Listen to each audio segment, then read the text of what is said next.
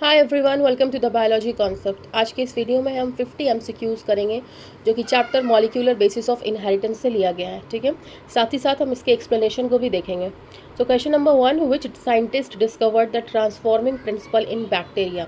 Bacteria में transforming principle किस scientist ने डिस्कवर किया था?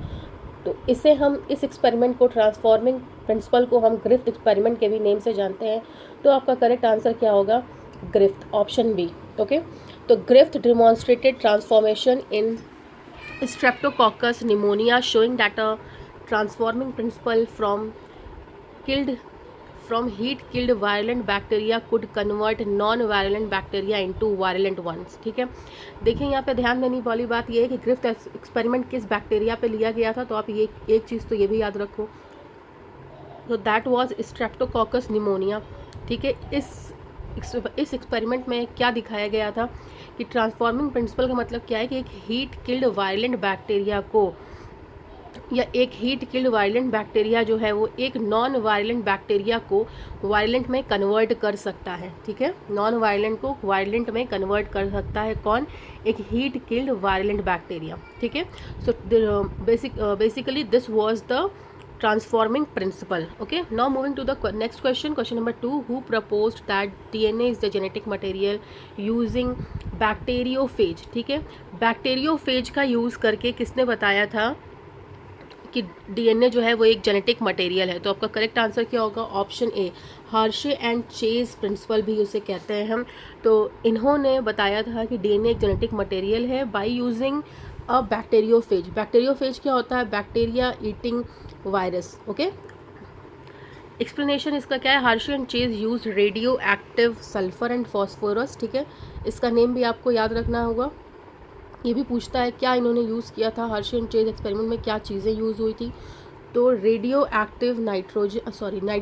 Active sulphur and phosphorus use हुआ था टू शो दैट डीएनए ना कि protein enters in the bacteria during infection, providing DNA is the genetic material. Okay, तो क्या यूज़ हुआ था? आपका सल्फर एंड फॉस्फोरस यूज़ हुआ था, radio active sulphur and phosphorus use हुआ था। Now next question, which base pairing rule was propose by Chargaff. ठीक है, तो चैरगैफ ने बेस पेयरिंग रूल कौन सा दिया था?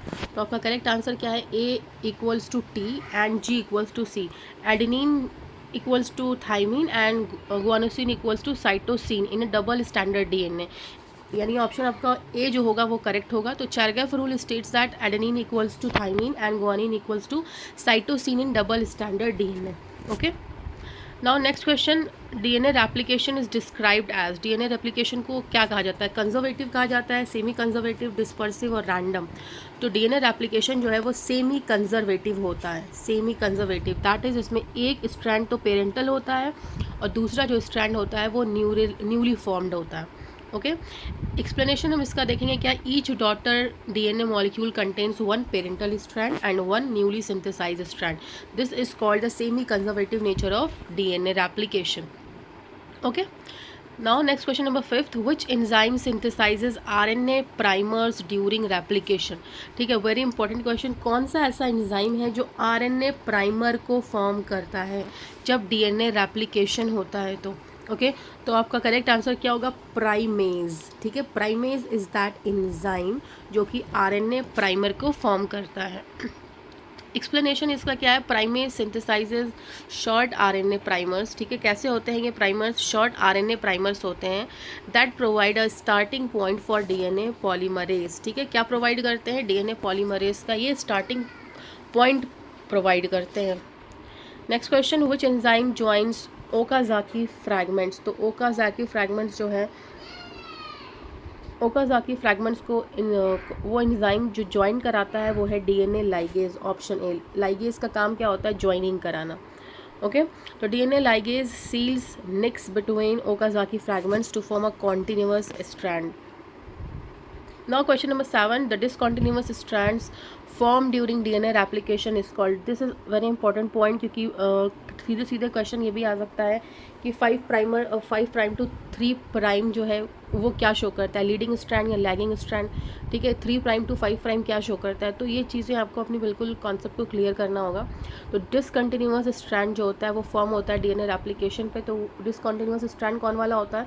ओकाज़ाकी वाला होता है, ठीक है। तो ओकाज़ाकी वाला वो स्ट्रैंड होता है and that is formed as lagging strand, ठीक है। लैगिंग स्ट्रैंड की तरह ये फॉर्म होता है discontinuous strand during DNA replication. Explanation इसका हम क्या देखेंगे, the lagging strand is synthesized discontinuously in short Okazaki fragments, ठीक है। Now question number 8, Okazaki fragments are found in. देखिए उसी क्वेश्चन को यहाँ थोड़ा सा घुमा दिया है। तो ओकाज़ाकी फ्रैगमेंट्स कहाँ पाए जाते हैं, एट द लैगिंग स्ट्रैंड, ठीक है।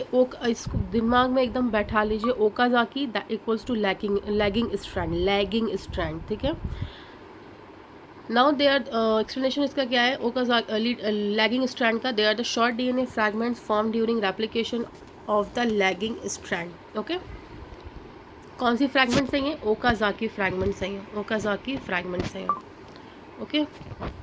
Now question number 9, which enzyme unwinds the DNA double helix. कौन सा एंजाइम जो है वो अनवाइंड करता है डीएनए को, डीएनए के डबल हेलिक्स को, तो दैट इज़ हेलिकेज जो है वो इसको अनवाइंड करता है। ऑप्शन बी आपका करेक्ट आंसर होगा, ठीक है। हमें पता है डीएनए एक डबल स्टैंडर्ड हेलिकल स्ट्रक्चर होता है, ठीक है। तो जब डीएनए का रेप्लिकेशन होता है ना, तो हमें चाहिए होता है कि ये थोड़ा सा इसकी ओपनिंग हो, इस डबल स्टैंडर्ड डीएनए की जो हेलिकल फॉर्म है इसकी थोड़ी ओपनिंग हो, जो इसमें राउंड सा डिस्टॉर्शन आता है ना, उसको ओपन करने के लिए, उस डीएनए को अनवाइंड करने के लिए एक एंजाइम लगता है, दैट इज़ हेलिकेज, ओके। तो helicase breaks hydrogen bonds between base pairs to open the replication fork, ठीक है। देखिए यहाँ पे ये इंपॉर्टेंट पॉइंट भी है। पहला ये कि हेलिकेज का फंक्शन क्या है, हेलिकेज का फंक्शन क्या है, तो हेलिकेज का फंक्शन ये है कि वो डीएनए अनवाइंडिंग का काम करता है। दूसरा, ये कैसे करता है, क्या ब्रेक करता है, तो ये ब्रेक करता है हाइड्रोजन बॉन्ड्स को जो कि प्रेजेंट होते हैं between the base pairs to open the replication fork, ठीक है। जैसे कि ये आपका था AT, ठीक है। तो ये आपका क्या हुआ, हाइड्रोजन बॉन्ड, ये आपका डबल स्टैंडर्ड डीएनए। तो डीएनए हेलिकेज जो है वो इसी बॉन्ड्स को, इसी हाइड्रोजन बॉन्ड्स को ब्रेक करता है और डीएनए को अनवाइंड करता है, डीएनए को अनवाइंड करता है, रेप्लिकेशन फॉर्क बनाता है, okay. Now question number 10, which type of RNA carries amino acid to the ribosomes, ठीक है। कौन सा आरएनए होता है जो कि अमीनो एसिड को कैरी करता है और लेकर के जाता है राइबोसोम्स तक, ठीक है। राइबोसोम का काम क्या है, आपका प्रोटीन का फॉर्मेशन करना, ठीक है। राइबोसोम का काम क्या था, आपका प्रोटीन का फॉर्मेशन करना। तो कौन सा ऐसा आरएनए है जो कि अमीनो एसिड्स को राइबोसोम तक लेके जाता है, तो that is tRNA, transfer RNA, ठीक है। करेक्ट आंसर आपका क्या होगा, ट्रांसफ़र आरएनए। तो transfer RNA transports specific amino acids to ribosomes during translation. What is translation, जब प्रोटीन का फॉर्मेशन वाली प्रोसेस जो होती है, that is called translation, okay. Protein formation की जो प्रोसेस है उसे कहते हैं हम translation, okay. Next question, the genetic code is, तो जेनेटिक कोड कैसा होता है, डीजेनरेट होता है, okay. Multiple codons can code for the same amino acid. What is the means of degenerate property of amino genetic code. तो genetic code degenerate का मतलब ये हुआ कि बहुत सारे कोडॉन्स कोड कर सकते हैं एक अमीनो एसिड के लिए। लाइक हम फॉर एग्जांपल मैं बात कर रही हूँ, लाइक CCC या AUG, ठीक है, या CUC, ये तीनों ही कोडॉन्स डिफरेंट कोडॉन्स हैं, लेकिन ये एक चीज़ को कोड कर सकते हैं, that is methionine amino acid, okay, methionine. तो ये इसकी इस प्रॉपर्टी को हम कहते हैं डीजेनरेट। मल्टीपल कोडॉन जो है वो कोड कर सकते हैं सेम अमीनो एसिड को, एक अमीनो एसिड को, ठीक है। Now next question, which codon act as start codon. Very important question, very common question. Start codon is AUG, ठीक है, विच कोड्स फॉर मेथियोनीन, ठीक है। तो AUG codes for methionine signals the start of the translation, ठीक है। इसे हम start codon कहते हैं। ये मेथियोनीन को कोड करता है। स्टार्ट कोडॉन इसलिए कहते हैं क्योंकि ये सिग्नल देता है कि भाई ट्रांसलेशन को अब स्टार्ट किया जाए। Next question, which are the stop codon. This is also very important point. पहले हमने बात की किसकी, स्टार्ट कोडॉन की, अब हम बात कर रहे हैं स्टॉप कोडॉन की। तो हो सके तो आप इस चीज़ को याद कर लीजिए। ऑप्शन A जो है वो है आपका क्या, stop codon, okay. This codons do not code for any amino acids and terminate the translation. ये कोडॉन्स जो हैं किसी अमीनो एसिड को कोड नहीं करते और ट्रांसलेशन को टर्मिनेट कर देते हैं, एंड कर देते हैं, okay, next question number 14, the process of कॉपिंग DNA into RNA. DNA को आरएनए में कॉपी करने वाली प्रोसेस को हम क्या कहते हैं? ठीक है, डीएनए यानी ऐसे मोटी मोटी बात ये कह लो, डीएनए से आरएनए का बनने को क्या कहते हैं हम? तो ट्रांसक्रिप्शन कहते हैं। ओके, तो दैट इज डीएनए से डीएनए बनने वाली प्रोसेस को हम क्या कहते हैं? रेप्लिकेशन। एमआरएनए से प्रोटीन बनने वाली प्रोसेस को हम कहते हैं ट्रांसलेशन। एंड ट्रांसक्रिप्शन कहते हैं हम तब जब डीएनए से आरएनए बनता हो। तो ऑप्शन सी आपका क्या हो गया? Correct answer. ये रहा आपका डीएनए, ठीक है, इसको सही से, और ये हो गया आपका एमआरएनए या फिर आरएनए। तो डीएनए से आरएनए बनना is called transcription. Okay, during transcription, the RNA polymerase synthesizes RNA. During transcription, RNA polymerase synthesizes RNA using DNA as a template. ठीक है, क्या कह रहा है कि ट्रांसक्रिप्शन की जब प्रोसेस होती है, what is transcription? That is जब mRNA या फिर RNA की जब फॉर्मेशन होती है उस टाइम पे DNA एज अ टेम्पलेट काम करता है, मतलब एज अ पेरेंट समझ लीजिए काम करता है। इससे बनता है आपका आरएनए। ठीक है, आरएनए आपका बना। एंजाइम इसमें कौन सा लगा? आपका आरएनए पॉलीमरेज। ठीक है, दिस इज ट्रांसक्रिप्शन। ठीक है, तो ये क्या है आपका? डीएनए जो है वो टेम्पलेट हुआ, आरएनए आपका क्या हुआ? ट्रांसक्रिप्शन का प्रोडक्ट हुआ आपका। ठीक है, आई होप ये चीज़ आपको बिल्कुल क्लियरली समझ आई हो। Now next question number 15, which enzyme synthesises RNA during transcription? कौन सा एंजाइम आरएनए बनाता है जब ट्रांसक्रिप्शन होता है? देखिए, इस क्वेश्चन को आप बिल्कुल इजीली कर पाते अगर आप इस पे ध्यान देते तो ज़रा सा भी। ठीक है, मैंने कौन सा एंजाइम बताया था? RNA polymerase. तो आपका करेक्ट आंसर क्या होगा? RNA polymerase.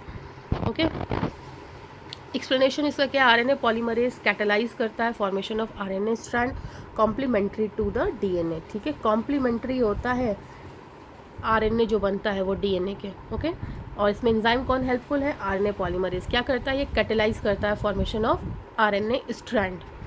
Next question number 16, which RNA forms the structural component of ribosome? कौन सा आरएनए फॉर्म करता है स्ट्रक्चरल कंपोनेंट ऑफ राइबोसोम? तो ribosome is related to RNA. तो पहले इसका करेक्ट आंसर क्या हो जाएगा? आरएनए। ठीक है, एक्सप्लेनेशन इसका हम क्या देखेंगे? Ribosomal RNA forms the core structure and catalytic component of ribosomes. ठीक है, इसको भी आप लर्न कर लीजिए कि कौन सा आरएनए जो है वो स्ट्रक्चरल कंपोनेंट होता है राइबोसोम का। ठीक है, that is RNA. Now next question, translation occurs in. देखिए, another very important and tricky kind of question, translation कहाँ होता है? Okay, what is translation? That is protein का बनना। प्रोटीन कहाँ बनती है? राइबोसोम में बनती है। Okay, protein synthesis occurs on ribosome in the cytoplasm. ठीक है, अगर यहाँ ऑप्शंस में राइबोसोम ना होकर के साइटोप्लाज्म होता ना, तो साइटोप्लाज्म करेक्ट आंसर होता। Okay, cytoplasm of the cell सही करेक्ट आंसर होता आपका। Now anticodon present on tRNA. ठीक है, तो एंटीकोडॉन कहाँ प्रेजेंट होते हैं? टीआरएनए पे प्रेजेंट होते हैं। The anticodon of tRNA pairs with the complementary codon on mRNA. Okay, now next question, which experiment proves semi conservative replication? तो आपका क्या होगा इसका correct answer? Meselson and Stahl ने प्रूव किया था, एक्सपेरिमेंटल प्रूव किया था for the semi conservative replication of DNA. ठीक है, सो ये एक्सपेरिमेंट जो बात हो रही है जिस एक्सपेरिमेंट की, उसे मेसेल्सन स्टाहल एक्सपेरिमेंट भी कहते हैं। इसमें क्या प्रूव हुआ था कि डीएनए जो है रेप्लिकेट करता है सेमी कंजर्वेटली। इन्होंने क्या बताया था? इसका एक्सपेरिमेंटल प्रूफ दिया था। हमने अभी तक 3 एक्सपेरिमेंट्स की बात की है। पहला ग्रिफ्थ एक्सपेरिमेंट की बात की थी, दूसरा हमने बात की थी किसकी? दूसरे एक्सपेरिमेंट की हमने बात की थी जो था हार्शी एंड चेज एक्सपेरिमेंट, जिसमें रेडियो एक्टिव फॉस्फोरस एंड क्या यूज़ हुआ था? सल्फ़र यूज़ हुआ था। ओके, उसमें उन्होंने क्या बताया था कि बैक्टीरियोफेज जो है वो क्या कर रहा है, मतलब बैक्टीरियोफेज से उन्होंने बताया था कि जेनेटिक मटेरियल डीएनए ही है। ठीक है, और ये तीसरा एक्सपेरिमेंट है जिसने ये प्रूव किया कि DNA replication is semi conservative. तो this experiment is Meselson and Stahl experiment, जिन्होंने ये प्रूव किया कि डीएनए रेप्लिकेशन जो है वो क्या है? सेमी कंजर्वेटिव है। ओके तो इसका एक्सप्लेनेशन क्या है कि इन्होंने क्या यूज़ किया था, इन्होंने हैवी नाइट्रोजन को यूज़ किया था, heavy nitrogen that is nitrogen 15 को यूज़ किया था to demonstrate semi conservative DNA replication. Meselson and Stahl experiment ये था। ओके तो इसमें ये जो चैप्टर है ना मॉलिक्यूलर बेसिस ऑफ इनहेरिटेंस, इस चैप्टर में जितने भी एक्सपेरिमेंट हैं वो सारे इंपॉर्टेंट है। इसमें क्या चीज़ें यूज़ हुई हैं, इन्होंने क्या बताया है, ये सारी चीज़ें बहुत इंपॉर्टेंट है। ये इससे 1-2 क्वेश्चन तो आपको आराम से मिलेंगे ही मिलेंगे। Okay so next question number 20, operon model was given by, ठीक है, ओपेरॉन जो है वो जैकब एंड मोनॉड ने दिया था, ये मॉडल इन्होंने इनके द्वारा प्रपोज हुआ था, ठीक है। They propose the operon concept explaining gene regulation in bacteria. क्या बताया था जैकब एंड मोनॉड ने जीन रेगुलेशन को बताया था बैक्टीरिया में। Okay next question, lac operon in is inducible because, lac operon inducible है क्योंकि, क्यों ये इंड्यूसिबल है, क्योंकि सबस्ट्रेट इंड्यूसेस एंजाइम सिंथेसिस, ठीक है। Presence of lactose inactivates the repressor following the presence of lactose inactivates the repressor allowing the transcription। तो lactose जो है वो एज अ इंड्यूसर काम करता है, दैट इज़ वो शुरू करवाता है। तो लैक्टोज जो रहता है ना वो रिप्रेसर जो प्रेजेंट होगा आपका जीन में उसको जा कर के इनएक्टिव कर देता है। रिप्रेसर का काम क्या होता है, किसी चीज़ को बंद करना। तो जब यही चीज़ इनएक्टिव हो जाएगी, नॉन फंक्शनल हो जाएगी, तो अपने आप जो है डिफ़ॉल्ट क्या हो जाएगा कि अलाउ हो जाएगा आपका ट्रांसक्रिप्शन। मतलब जो भी आपकी जीन रेगुलेशन का एंड था दैट इज़ ट्रांसक्रिप्शन अगर करवाना था, तो जब रिप्रेसर जब उसको ऑफ करने वाली चीज़ ही ख़राब हो जाएगी तो अल्टीमेटली ये चीज़ ऑन ही रहेगी। Okay now question number 22, the segment of DNA that codes for protein, वो डीएनए का सेगमेंट जो कि प्रोटीन के लिए कोड करता है that is called gene. Okay तो आपका करेक्ट आंसर क्या हो जाएगा, जीन। पहली बात तो the segment of DNA that codes for protein is called gene. Explanation इसका क्या है, a gene is a DNA sequence that carries information to synthesise a functional product, ठीक है। Now next question 23, silent mutation means no change in protein, protein destroyed, gene deletion या RNA removed. तो silent mutation मतलब इसका कुछ ज़्यादा फर्क नहीं पड़ा हमें, ठीक है। तो no change in protein, silent DNA का मतलब होता है आपके प्रोटीन में कोई चेंज ना होना। तो due to degeneracy of genetic code some mutations do not change the amino acid. Question number 24, which molecule carries genetic information from nucleus to the RNA, ठीक है, ये भी बहुत इंपॉर्टेंट क्वेश्चन है। कौन सा ऐसा मॉलिक्यूल होता है जो कि जेनेटिक इन्फॉर्मेशन को कैरी करता है न्यूक्लियस से राइबोसोम तक, ठीक है, न्यूक्लियस से राइबोसोम तक। तो that is mRNA, messenger RNA से हम कहते हैं, ठीक है। मैसेंजर आरएनए वो मॉलिक्यूल है जो कि जेनेटिक इन्फॉर्मेशन को कैरी करता है न्यूक्लियस से राइबोसोम तक। ओके एक्सप्लेनेशन इसका हम देखेंगे, messenger RNA transport the genetic messages for protein synthesis, ठीक है, एकदम बिल्कुल आप इसे जहन में अपने बैठा लीजिए। Now question number 25, the human genome project, ठीक है, जिसे हम HGP के भी नाम से भी जानते हैं, इसका मेन एम क्या था, ठीक है, मेनली एम्ड टू, इसका मेन एम क्या था, मेन इसका फंक्शन क्या था, क्यों इसे बनाया गया, क्यों ये प्रोजेक्ट हुआ था। Option A clone humans, option B sequence entire human DNA, third create vaccines या फोर्थ डिस्ट्रॉय वायरसेस। तो ह्यूमन जीनोम प्रोजेक्ट का मेन एम था कि ये पूरे ह्यूमन के डीएनए को सीक्वेंस कर पाए, ठीक है। तो आपका करेक्ट आंसर क्या होगा, human genome project mainly aimed to sequence entire human DNA, option B. Okay explanation इसका हम देखेंगे, the HGP determine the sequence of all human genes, all human jeans.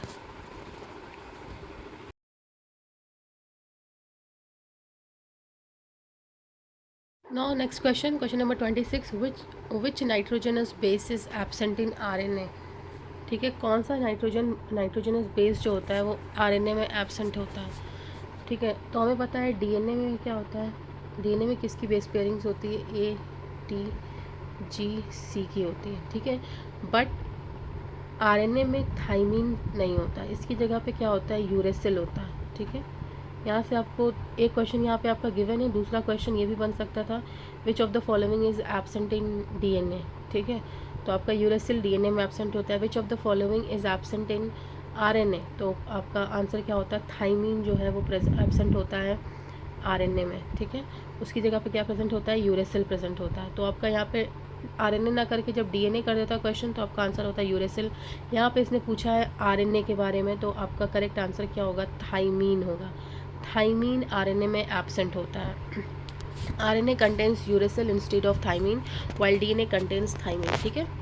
Next question number 27. The enzyme responsible for removing RNA primers during DNA replication in E. coli is, ठीक है। पहली बात E. coli की बात कर रहा है, दूसरा रिमूव कर रहा है आरएनए प्राइमर को। प्राइमेस का काम क्या था, आरएनए प्राइमर बनाना, ठीक है। प्राइमेस का क्या काम था, आरएनए प्राइमर को ऐड करना। लाइगेस का काम क्या होता है, दो चीज़ों को ऐड करना, बट यहाँ पे रिमूव करने की बात कर रहा है, ठीक है। तो आपका करेक्ट आंसर क्या होगा, डीएनए पॉलीमरेज 1 जो है वो आरएनए प्राइमर्स को रिमूव करता है ड्यूरिंग डीएनए रेप्लिकेशन, ठीक है। DNA polymerase 1, okay. एक्सप्लेनेशन इसका हम क्या देखेंगे, DNA polymerase 1 removes RNA primers and replaces them with DNA nucleotides, ठीक है। दूसरा क्वेश्चन ये भी घुमा के पूछ सकता है कि डीएनए पॉलीमरेज आरएनए प्राइमर को हटाता तो है, बट ये करता क्या है, डीएनए पॉलीमरेज आरएनए प्राइमर्स को हटा करके ये क्या करता है, तो ये जो है आरएनए प्राइमर्स को रिप्लेस किससे करता है, डीएनए न्यूक्लियोटाइड्स से करता है, ठीक है। Next question number 28, the direction of DNA synthesis. देखिए मैंने आपको पीछे बताया था कि ये पूछ सकता है कि ओकाज़ाकी फ्रैगमेंट्स के डायरेक्शन क्या है या डीएनए रेप्लिकेशन के क्या है। तो डीएनए सिंथेसिस जो होता है that is always in 5 to 3 prime direction में होता है, ऑप्शन बी, ठीक है। इसको आप एकदम अपने जहन में बैठा लीजिए, याद कर लीजिए कि डीएनए का जो सिंथेसिस होता है वो 5 प्राइम टू 3 प्राइम के डायरेक्शन में होता है, ऑप्शन बी आपका करेक्ट आंसर है, ठीक है। तो DNA polymerase adds nucleotide at the 3 prime OH, so synthesis occurs in 5 to 3 prime direction, okay. क्या ऐड करता है डीएनए पॉलीमरेज, बताया था आपको मैंने पीछे, डीएनए पॉलीमरेज 1 जो होता है वो आरएनए प्राइमर्स को रिमूव करता है और डीएनए के न्यूक्लियोटाइड्स को ये ऐड करता है, ठीक है। कहाँ ऐड करता है, to the 3 prime OH end पे, ठीक है। Next question, which of the following is not a property of genetic code. Genetic code की ये प्रॉपर्टी नहीं है, कौन सी प्रॉपर्टी है जो जेनेटिक कोड नहीं शो करता है, तो दैट इज़ ओवरलैपिंग इसमें नहीं होती, ठीक है। डीजेनरेसी शो करता है, मैंने पीछे एक्सप्लेन किया, यूनिवर्सल भी शो करता है, अनएम्बिजिनस भी शो करता है, बट ओवरलैपिंग जो है जेनेटिक कोड की प्रॉपर्टी नहीं है, ठीक है। इसमें क्या होता है, ईच न्यूक्लियोटाइड जो है वो बिलोंग करता है to only 1 codon, okay. Next question, the term codons refers to, ठीक है। तो टर्म कोडॉन क्या रेफर करता है, ऑप्शन बी इसका करेक्ट आंसर होगा, 3 bases on mRNA, okay. Question number 31, the anticodon for tRNA, यहाँ पे क्या बात कर रहा है, tRNA की, that pairs with, sorry, question number 31 क्या कह रहा है आपका, the anti codon of tRNA that pairs with the start codon of AUG is, ठीक है। तो AUG के साथ अगर पेयर कर रहा है तो आपका एंटी कोडॉन क्या बनेगा, तो आपका करेक्ट आंसर क्या होगा, ए, ठीक है। कैसे ये चीज़ हो रही है, ठीक है, हमें पता है tRNA की बात यहाँ पे हो रही है, ठीक है। तो ए के साथ कौन पेयर करता है, टी करता है, in case of DNA T होता है, लेकिन जब डीएनए होता तब, लेकिन यहाँ पे tRNA की बात हो रही है, तो tRNA में क्या होता है, थाइमीन नहीं होता, उसकी जगह क्या होता है, यूरेसिल होता है। तो ए किसके साथ ये पेयर कर लेगा, अब यू के साथ, ठीक है। यू किसके साथ पेयर कर लेगा, ए के साथ, और जी किसके साथ पेयर कर लेगा, सी के साथ, ठीक है। कॉम्प्लीमेंट्री हुए सब उसके, ए यू के साथ, यू ए के साथ एंड जी सी के साथ, ठीक है। तो ये आपका कोडॉन बना, तो आपका करेक्ट आंसर क्या हुआ, UAC, ओके। देखिए, the anticodon is complementary to the mRNA codon, ठीक है। यहाँ ध्यान देने वाली बात ये हो रही थी कि यहाँ पे tRNA की बात कर रहा था, ना कि DNA की बात कर रहा था, ओके। तो आपका करेक्ट आंसर क्या हुआ, UAC। Now question number 32, which RNA is the largest in size, ठीक है। ये भी एक यूनिक और इम्पॉर्टेंट क्वेश्चन है, कौन सा RNA की साइज़ जो है वो सबसे बड़ी होती है, तो दैट इज़ राइबोसोमल rRNA जो है वो सबसे बड़े साइज़ का होता है। rRNA forms a major structural and catalytic component of ribosome, ठीक है। Structural and catalytic component of ribosome होता है rRNA। Next question number 33, during transcription the DNA strand used as template is called. ठीक है, जब ट्रांसक्रिप्शन होता है, transcription यानी क्या हो रहा है, जब mRNA बन रहा है तो DNA strand use as template is called. उस डीएनए स्ट्रैंड को जो कि टेम्पलेट की तरह यूज़ होता है, हम उससे क्या कहते हैं, टेम्पलेट स्ट्रैंड कहते हैं। क्या कहते हैं उसे हम, टेम्पलेट स्ट्रैंड। ट्रांसक्रिप्शन यानी mRNA का बनना, mRNA का बनना, ओके, mRNA का फॉर्मेशन फ्रॉम डीएनए। ओके, तो इसमें जो DNA as a template use होता है उसे हम कहते हैं टेम्पलेट स्ट्रैंड। ओके, तो RNA polymerase reads the template antisense strand to synthesize RNA. Question number 34, which of the following is not involve in translation. Translation यानी प्रोटीन फॉर्मेशन। प्रोटीन फॉर्मेशन में आपका क्या चीज़ इन्वॉल्व्ड नहीं है, तो डीएनए पॉलीमरेज का कोई काम नहीं होता ट्रांसलेशन में, प्रोटीन फॉर्मेशन में। तो आपका करेक्ट आंसर क्या हो जाएगा, D, DNA polymerase function as DNA function in DNA replication not protein synthesis. ठीक है, जब डीएनए का रेप्लिकेशन होता है तब डीएनए पॉलीमरेज वहाँ फंक्शनल होता है, ना कि प्रोटीन सिंथेसिस में। Question number 35, the Shine Dalgarno sequence is called. ठीक है, ये भी एक इम्पॉर्टेंट क्वेश्चन है, तो आपका करेक्ट आंसर क्या होगा, B, that is initiation of translation in prokaryotes. ये वो सीक्वेंस होता है जहाँ से प्रोकैरियोट्स में ट्रांसलेशन इनिशिएट होता है। ओके, तो it helps the ribosome to recognize the start site of mRNA। ठीक है, ये वो साइट होती है जो कि राइबोसोम को हेल्प करती है कि यहाँ से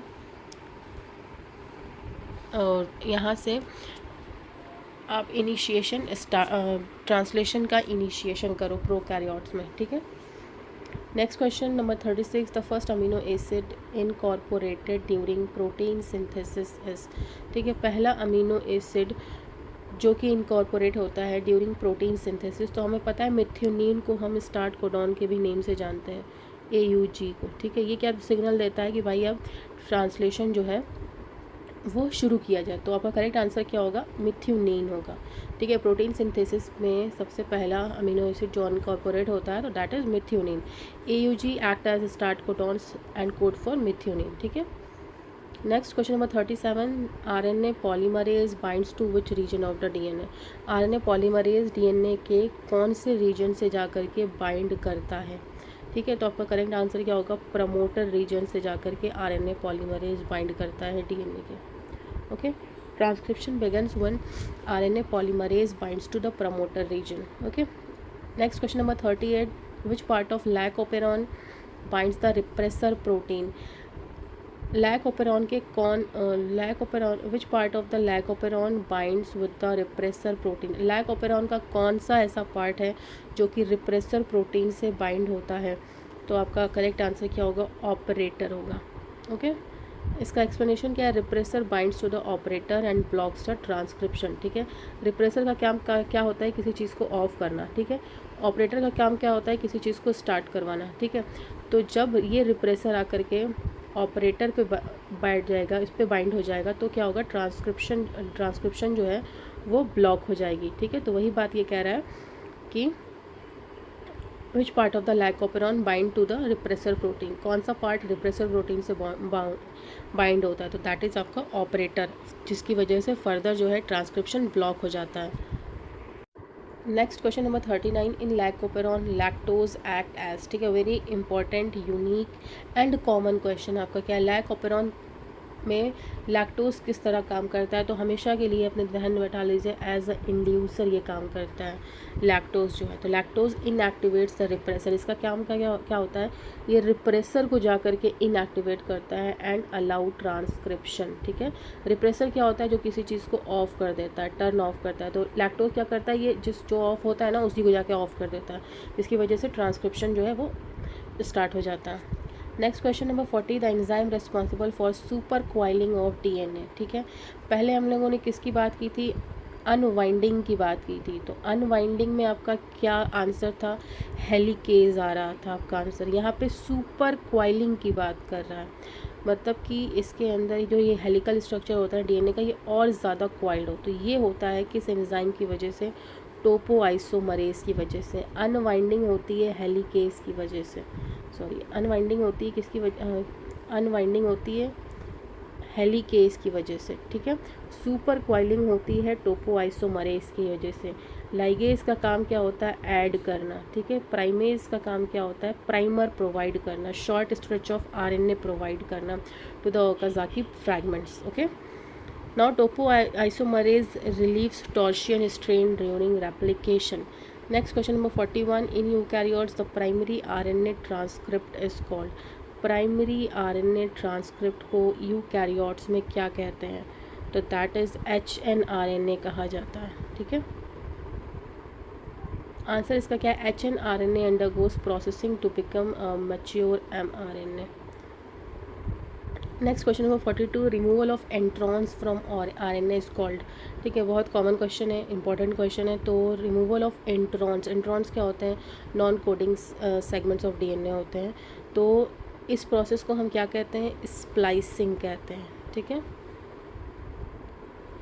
introns are removed and exons are joint, okay. Introns जो होते हैं नॉन कोडिंग रीजन होते हैं, ठीक है, नॉन कोडिंग रीजन होते हैं, एंड एक्सॉन्स जो होते हैं वो कोडिंग रीजन्स होते हैं। Now question number 43. The 5' cap in eukaryotic mRNA consist of, ये थोड़ा सा मुझे लग रहा है कि NCERT से हट के शायद है क्वेश्चन, खैर। तो इसका करेक्ट आंसर क्या होगा आपका, 5 cap in eukaryotic mRNA consist of guanine nucleotide, ठीक है, guanine nucleotide. A methylated guanine cap promotes mRNA and helps क्या किस में हेल्प करती है, राइबोसोम बाइंडिंग में। Next question number 44. Poly A tails is added to, poly A tail जो है वो कहाँ ऐड होता है, at the 3' end of the mRNA, 3', option B आपका correct answer. Poly A tail जो है कहाँ ऐड होती है, at the 3' end of the mRNA। It increases the stability and transport of mRNA। Next question number 45. Which scientist propose the central dogma, बहुत ही important question है ये। Central dogma को किस साइंटिस्ट ने प्रपोज किया था, तो इससे प्रपोज किया था क्रिक ने, okay.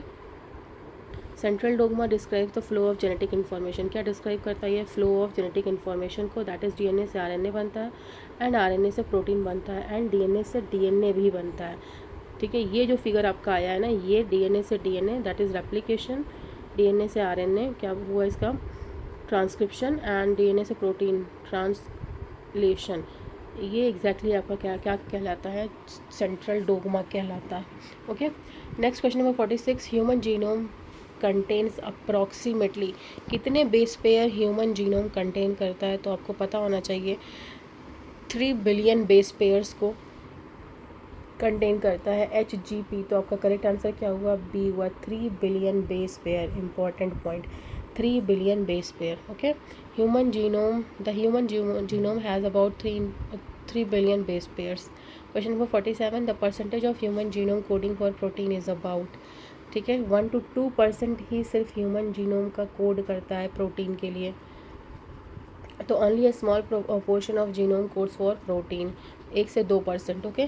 Question number 48. Total number of genes in humans is approximately, कितनी total number of genes present होती हैं ह्यूमन्स में, तो दैट इज़ 20,000 जीन्स प्रेजेंट होती हैं, 20,000, okay.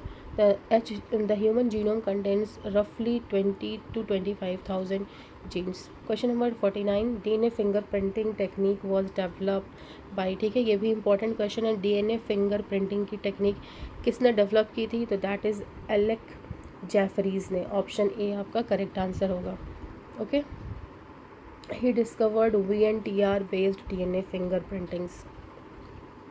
Question number 50. DNA fingerprinting mainly uses, DNA fingerprinting क्या मेनली यूज़ करता है, तो DNA फिंगरप्रिंटिंग यूज़ करती है सैटेलाइट DNA को, ओके। तो VNTRs in satellite DNA shows high polymorphism and are used in identification, ठीक है। आई होप आपका ये वीडियो, आपको आज का ये सेशन बहुत पसंद आया होगा, तो आप इसे लाइक एंड बायोलॉजी कॉन्सेप्ट को सब्सक्राइब करना नहीं भूलेंगे। Thanks for watching.